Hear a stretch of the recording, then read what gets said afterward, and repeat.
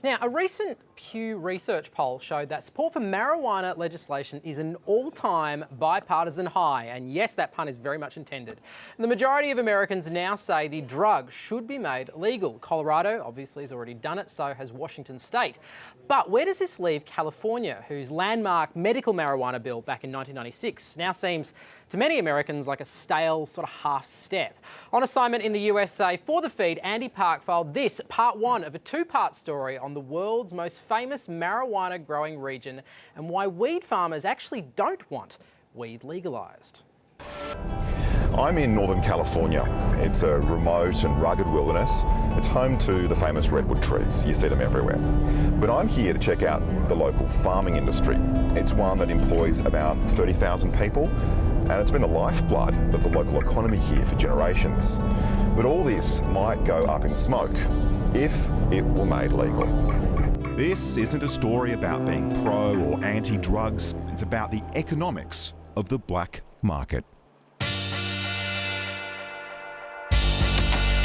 This area of the world produces the most cannabis out of any other region. Well, most of them were called hippies, dirtbags. The driver shot the passenger in the head and killed him, and then put a gun in his mouth and pulled the trigger. We don't want to see all these small farms disappear because we know this is the best way to grow this medicine.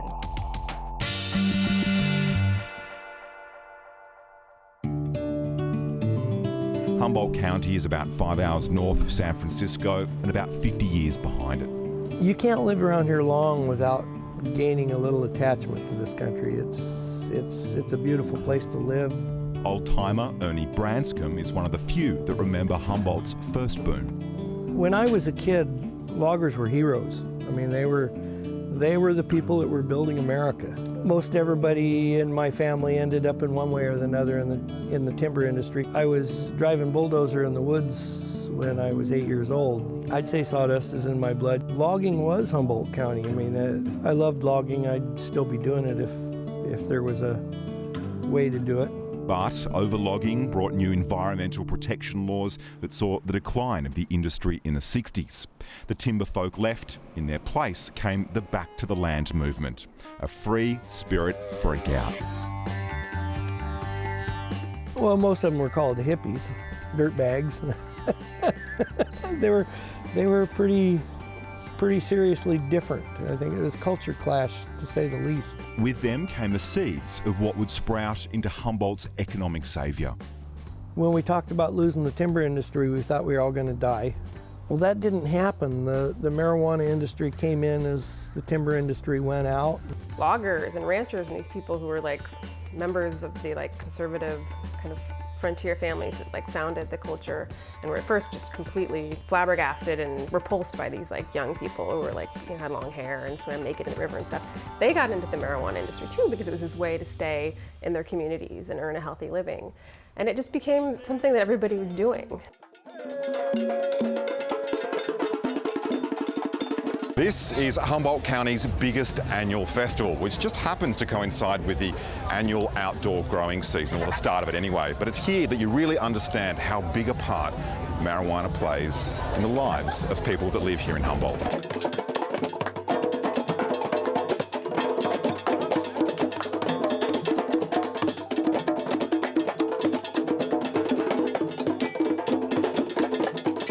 The US government spent millions of dollars trying to stamp out production, even deploying active duty US troops against their own citizens. In Northern California, the Marijuana Task Force is about to hit a massive Mexican cartel pot grow. When the 80s hit and Just Say No and Reagan, we couldn't even get the drug warriors to debate us in a public forum. It was just about, trying to keep people out of prison. But then reformists like Ellen Comp succeeded in what was then a landmark decision. California became the first state to legalise marijuana for medical use under Proposition 215 or the Compassionate Use Act. Legitimate farms popped up all over California.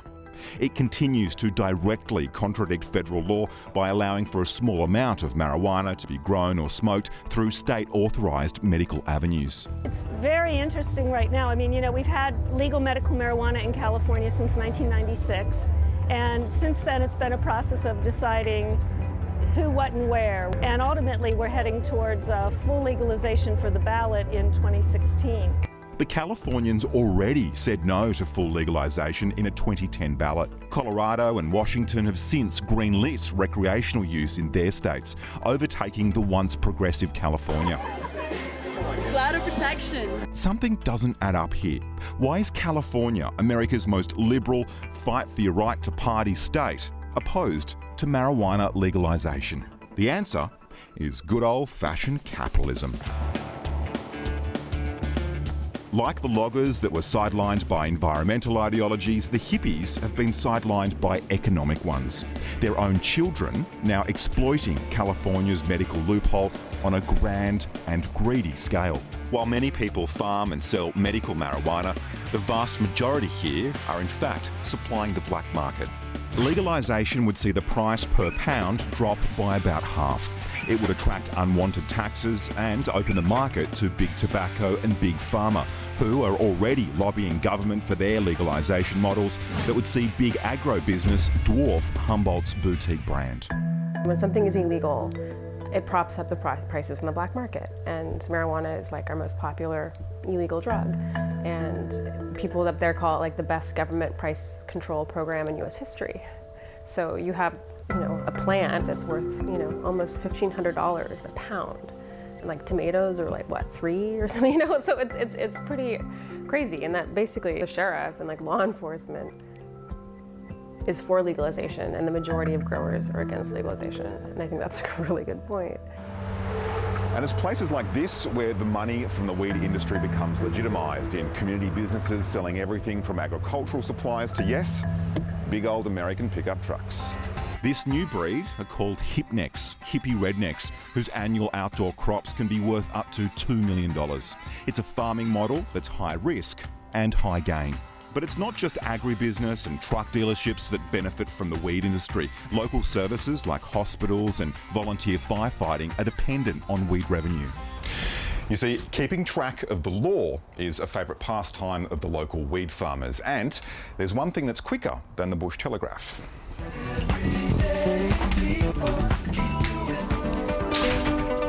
Hello and welcome to the local news for Thursday, July 3rd. North was arrested for possession of drug paraphernalia, possession of illicit drugs. Reporting from the heart of the Emerald Triangle, I'm Carrie Reynolds. KMUD, or Kmart, is the local community-supported radio station who directly benefits from cash donations from the farmers. They provide up-to-the-minute news on busts and law enforcement information. I'm here today with Andy Pack from Australia. Did I say your name right? No, it's Park, but I get that all the time. You can call me Andy Pack. All right, Andy. Well, why don't you tell us a little bit about what you're doing here in Humboldt County? It's an unusual situation here in Humboldt County, and I think it's really interesting.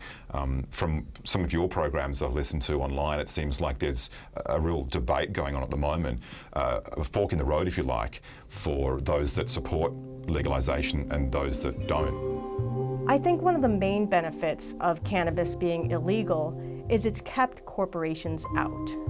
It's prevented this consolidation that's occurred in all the other agricultural commodities. We want to protect our community. We don't want to see all these small farms disappear because we know this is the best way to grow this medicine. In small scale is the best way to just produce the best product.